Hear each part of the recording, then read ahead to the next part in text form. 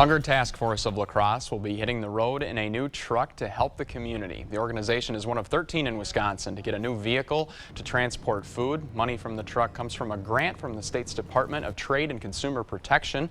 The new truck comes at an important time for the organization as distribution is up 41% over last year, and that comes as helping others is changing for many organizations. A lot of the pantries are not working the same as they did before. Their doors are not open. Meal sites are afraid to have clients congregate for obvious reasons due to COVID. And so we are stepping into a new role and actually distributing food ourselves as well. The new truck adds to 4 other refrigerated vehicles in the Hunger Task Force's delivery fleet.